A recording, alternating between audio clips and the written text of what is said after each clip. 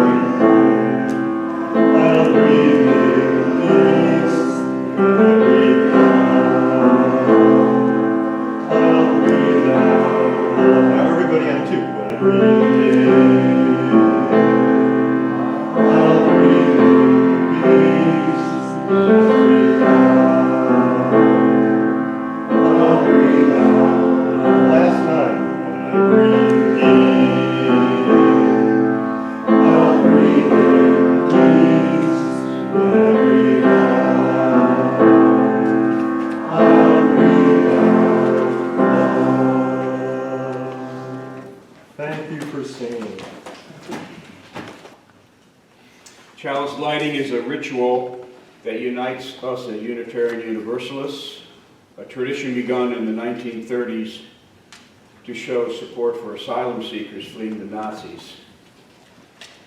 So please read with me a true story by Lee Kivney. This chalice is for the living, the changing, the becoming.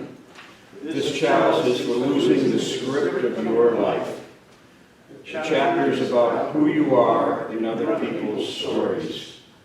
This chalice is for the lost GPS that was supposed to show you how to get where they expected you to go.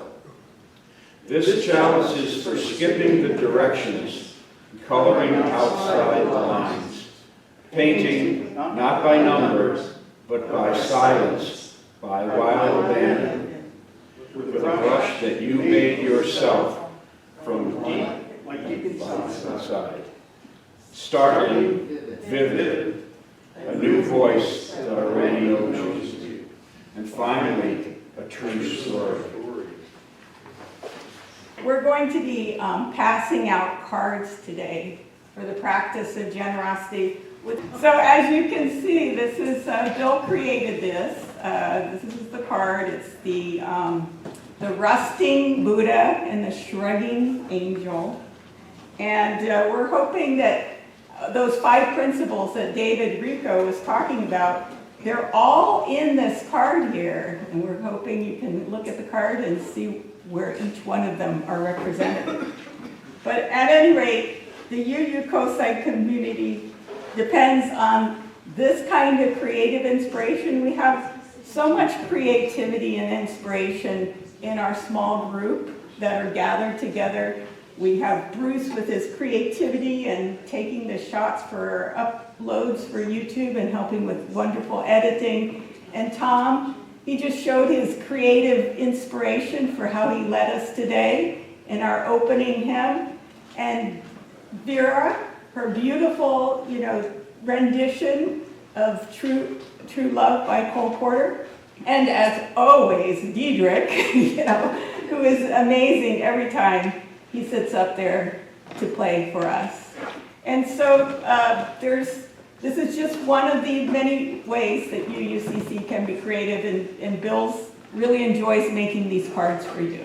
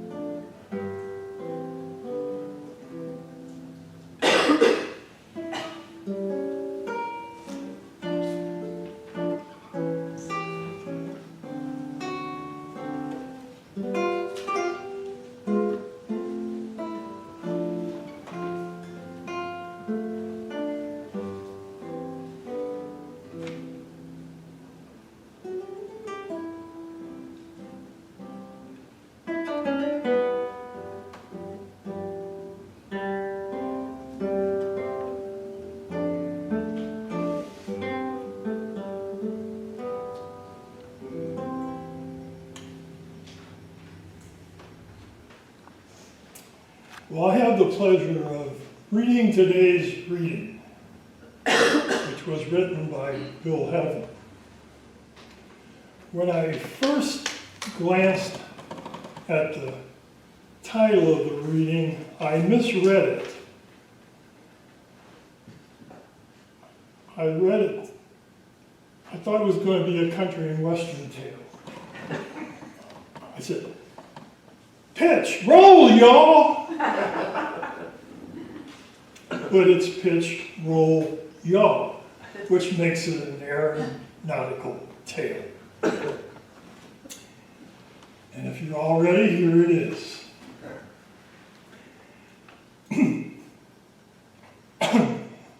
At the beginning of the 20th century, Many were pursuing the first heavier-than-air airplane. Most of the engineering was around more power and lift and less weight. So, more brute power and lighter airframe. The Wright brothers, Wilbur and Orville, they took a different approach. They focused on the stability of the aircraft in flight. They designed it to not tilt up or down. That's pitch. To not rotate so that one wing goes higher than the other. That's roll. And they didn't want any drift to the right or drift to the left. That's called yaw. No pitch, no roll, no yaw. This is essentially a balancing problem in 3 dimensions. How hard is this? Well, as kids, probably we've all tried to balance a pencil and a crayon in a seesaw fashion. That's called controlling 1 dimension. And some of us, many of us, may have tried to stand on 1 foot. That's control in 2 dimensions. That's a lot harder than the pencil and the crayon, but sometimes still doable. Well, Orville and Wilbur worked out how to do this kind of balancing in 3 dimensions. By emphasizing the so-called control problem, the 1902 Wright glider became the first 3-axis controlled aircraft.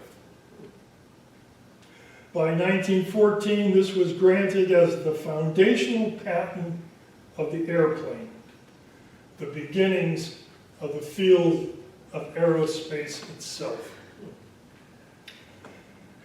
Now, control means both being able to steer toward where you want to go and being able to correct, for lack of a better term, winds or life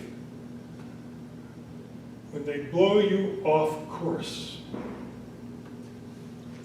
Today's service revolves around this theme: finding joy in life comes not from the intensity of one's emotions. It's not power, and it's not a weight thing. Rather, it's something more deliberate and disciplined. In a word, it's a control problem. The multi-talented Bill Heavlin does not need an introduction to this audience, but for those who are viewing in, I will share a bit of bio. Bill retired in 2022 after a long career in Silicon Valley. He has 1 son now living in Minneapolis. With his wife of 32 years, Bill is one of the principal lay leaders of the Unitarian Universalist Coastside community centered in Half Moon Bay. His theology, which continues to evolve, centers around the recurring themes of ethics, interpersonal communication, and poetic imperative. For hobbies, Bill creates bits of poetry and watercolor. Welcome, Bill. Well, thank you, Dave. And thank all of you for coming. It's Nice to see you up here, out there. Your faces shining as this spotlight shines in my face.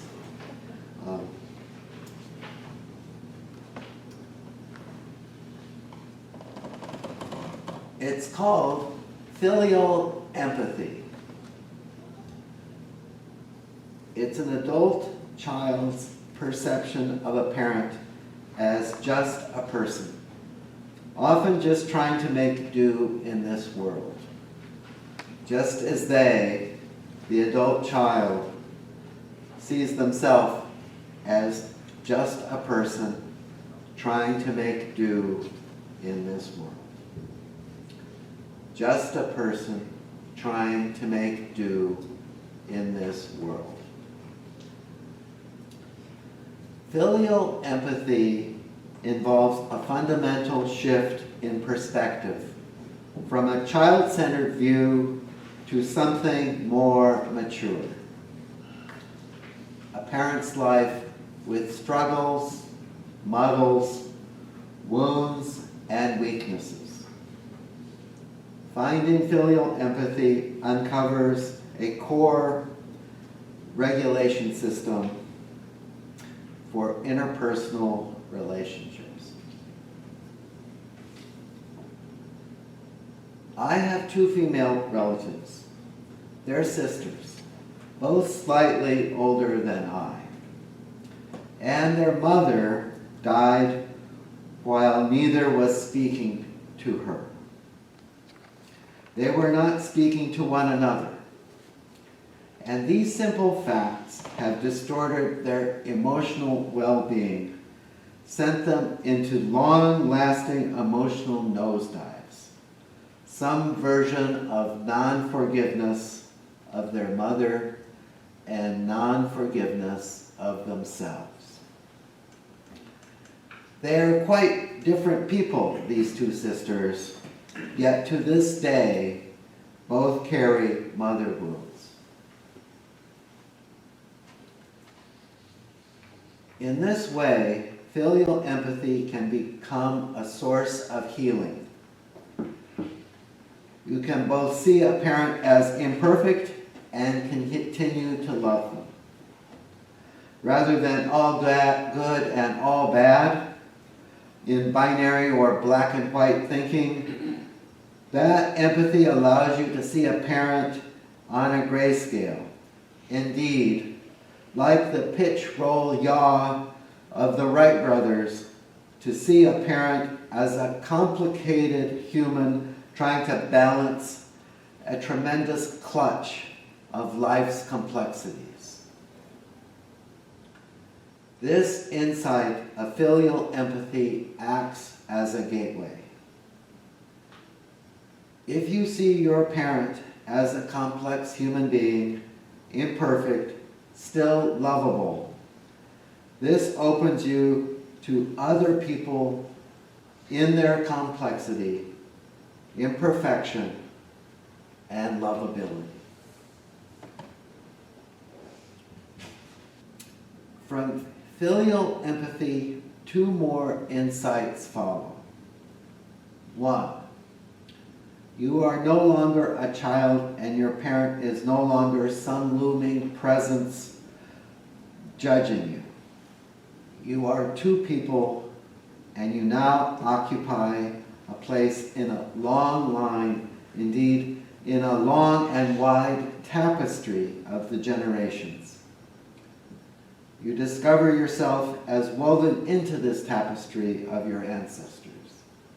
You've joined them, sit among them, regard the evolution of this tapestry. Two, this same insight of filial empathy, where you learn to see the humanness and imperfections of a parent and love them, this same insight can be applied to yourself. You're imperfect. Yep, goes with being human. You're still lovable. Same as your mom. Imperfect, still lovable. You, imperfect, still lovable. Sure, there might still be headwinds, bad emotional weather, but still, you can make the flight corrections and fly on.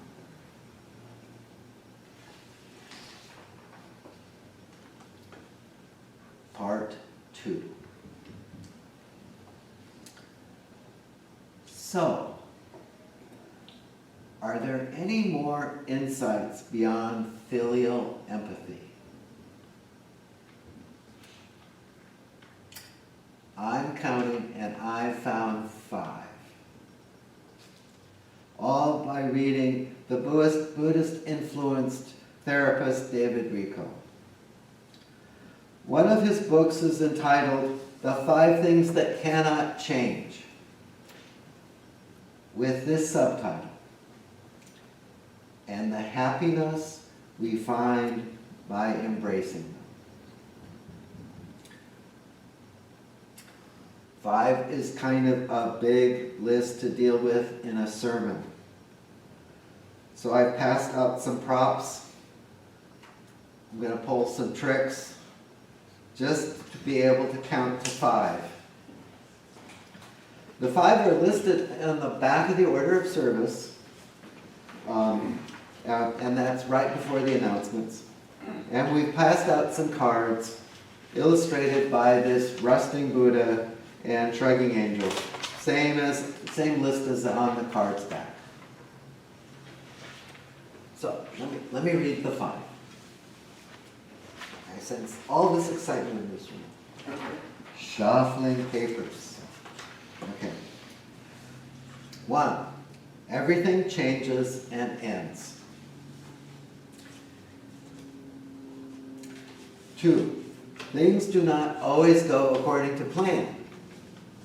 3. Life is not always fair. 4. Pain is part of life. 5. People are not always loving and loyal.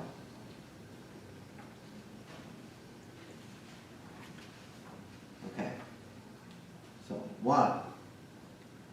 Everything changes and ends. Which happened right this morning when we were doing a sound setup. Just want you to know, this is a brand new spare backup soundboard just so that I can have a microphone. It was really lucky that Bruce and Marty were here to collaborate on that. Otherwise, I'd be yelling at you and you'd be doing this. Okay. Everything changes and ends. I am reminded of my mother. Twice widowed, she mourned deeply when her eldest daughter left, first for college and then married on the eve of her 19th birthday. Everything changes and ends. Kids grow up, leave the house, have lives of their own. Many of us form our identity around our working career, then retire.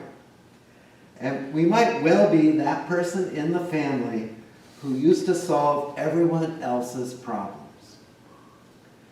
And that very success leaves us alone in an otherwise empty house. Everything changes and comes to an end. Represented by the rusting Buddha, slowly weathering into a grit of metal oxide. Everything changes and comes to an end.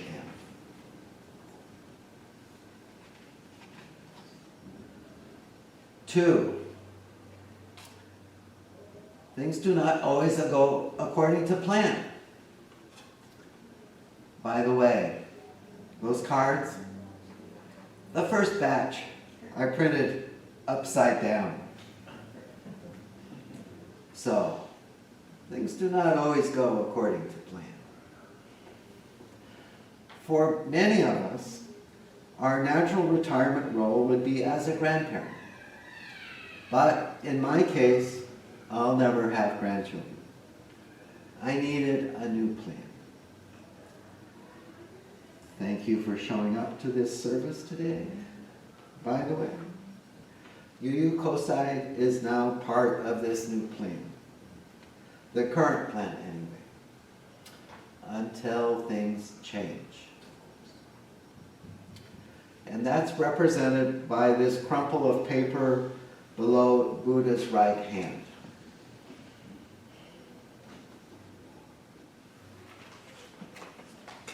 Three,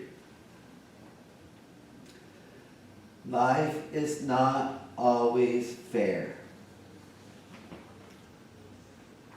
J.K. Rowling of Harry Potter fame was once interviewed for her first post-Potter novel, The Casual Vacancy. One of her characters was young and, if not a juvenile delinquent, certainly skirting the shadows of adult authority.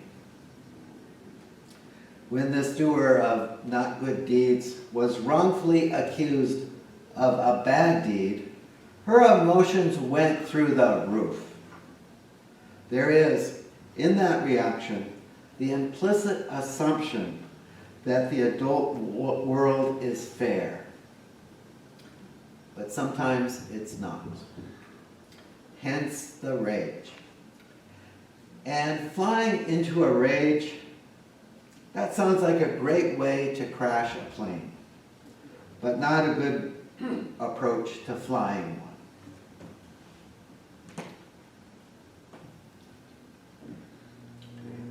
And mostly, children outlive their parents. As some of you know, I've recently been meditating on instances where this has not happened, or is not happening.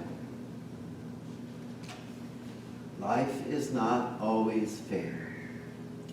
That doesn't mean giving up on life or freaking out.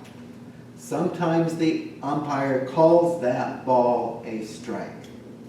Life is not always fair. Ask what's to be done. Sometimes that means slumping back to the dugout, head down, bat held low, but still in the game. Social justice movements are built around exactly this insight. Life is not always fair. You just need to keep asking what's next to be done. Represented by that tangle of broken scales near the Buddhist's feet.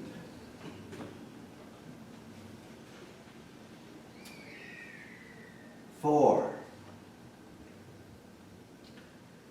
pain is part of life. Someone might say something that hurts your feelings. Turns out, if you dwell on this insult we could call it, it hurts all over again. This is why the Buddha is shot with 2 arrows. The first one, this is the pain that life stabs you with.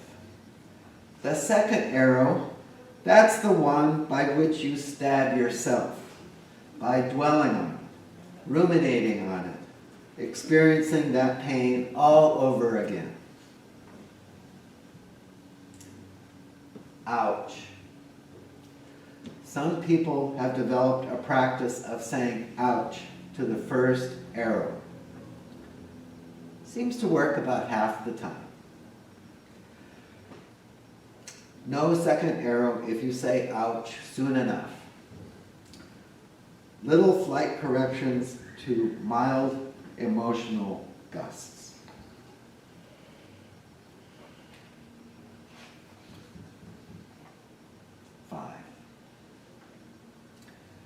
People are not always loving and loyal.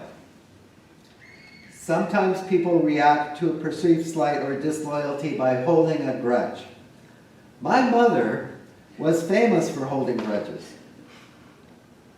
I'd come home from college, and never be sure to which relative or family friend we were not speaking. It's kind of wearing, actually, navigating these secondhand grudges from unwitnessed insults and alleged disloyalties.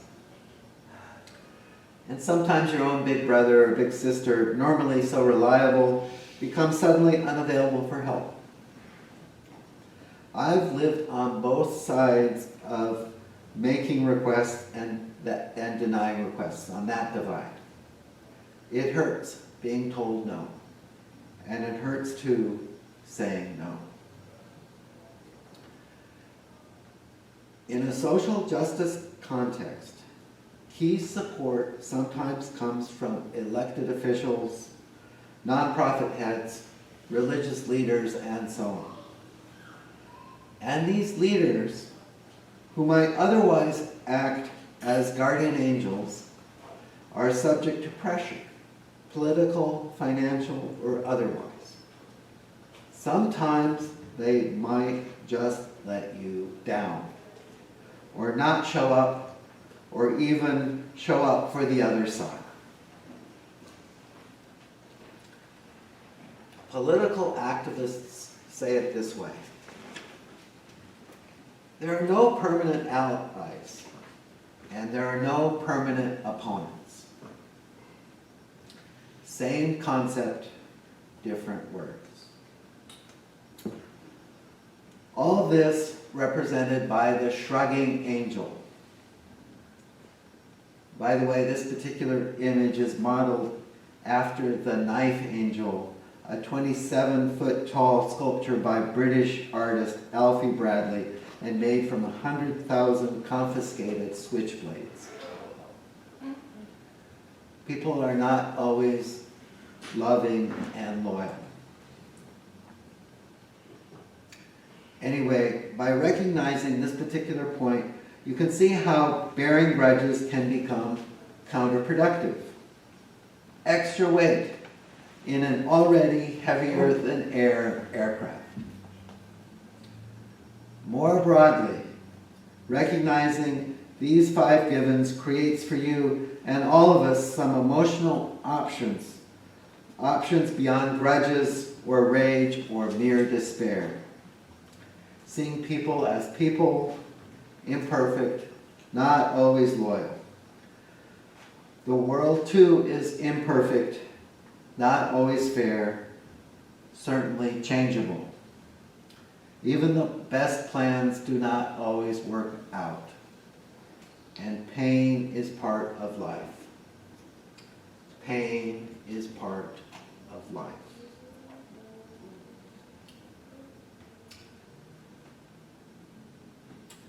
And up to this point, I've offered you the equivalent of 5 pitchers, actually, of water, but no cups.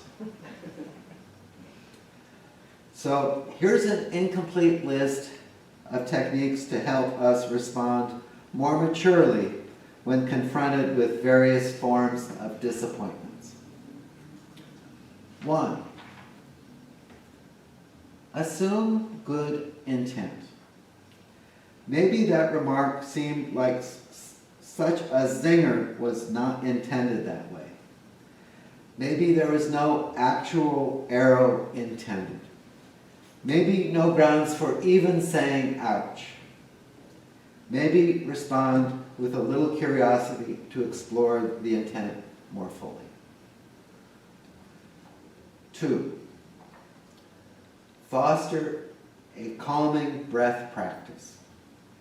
This is some version of counting to 10 before you say something. Sometimes just slowing down a reaction helps greatly. Regulate yourself by simply reacting more slowly. Flying a plane sometimes requires a light touch. 3. Engage with reciting under your breath one or more of the 5 givens. The word in Eastern traditions for this is mantra. Over the years, I've come to newly appreciate this subvocal practice of mantra, a simple technique to displace ruminating over painful moments. I hope today's visuals will help you remember the 5 givens. 4. Develop a meditation practice. This helps build mental muscle for observing your stress reaction and for controlling your reaction. Observe and learn how your emotional regulation system operates. Like getting used to driving one particular car or plane. 5. Develop and refine a forgiveness practice. Some people write letters, some people make phone calls, some people imagine a conversation. The latter is especially useful for forgiving someone who has died. Forgiveness practices are the interpersonal version of soft landings. 6. Pursue the one hard thing rule. That means committing to one challenging activity, like exercise, writing, the arts, or political activism, say. Build up one's skill in that area. A positive self-image reacts less. It's a version of the gyroscope effect. Forward momentum reacts less. 7. Cultivate a growth mindset, which recasts failures as learning experiences. See how it's easier to give another person slack when you yourself are actively engaged in self-improvement. Anyway, that's my list. My 7 cups worth today. I'm still working on this list. And myself. David Rico says it this way. In hero stories, the call to go on a journey takes the form of a loss, an error, a wound, an unexplainable longing, or a sense of mission. When any of these happen to us, we are being summoned to make a transition. It will always mean leaving something behind. The paradox here is that loss is the path to gain.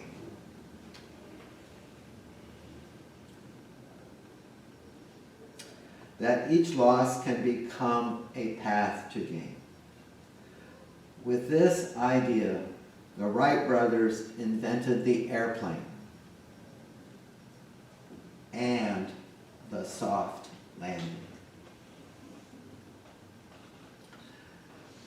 Let us now continue our journey with that special kind of hope that only a sense of emotional resilience, that only a sense of grit can create. Amen.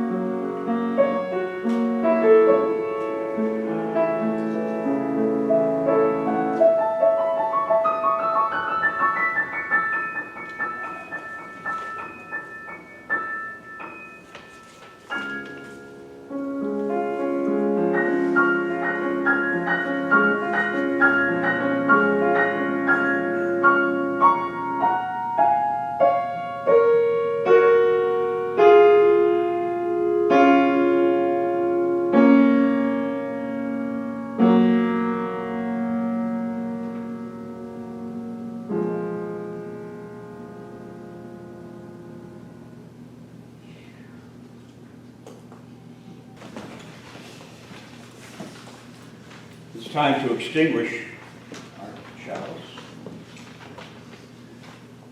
Please join me in reading these words by Eric Hepburn entitled, "Love Remains at the Center."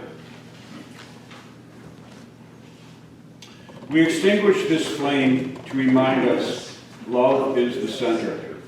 As we explore and rest, engage and heal, love remains the center. When all we can see is cold ashes, love remains.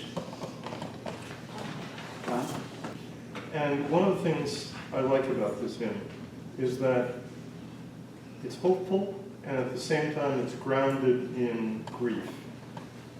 Because if you're saying there is more love somewhere, you're meaning there's not enough of it right here, right now. So, let's sing it that way.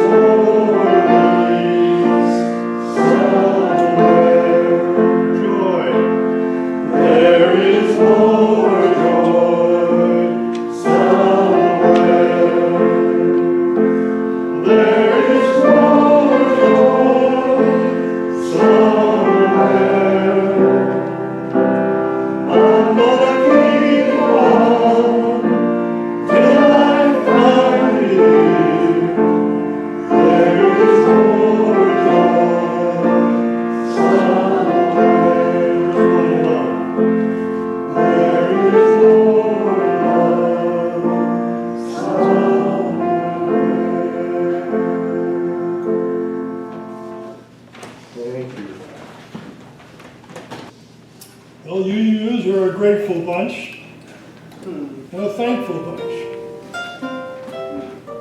So I'll simply say thanks to everyone for attending today's service. And a special thanks to all the talented folks who presented and produced this inspiring service.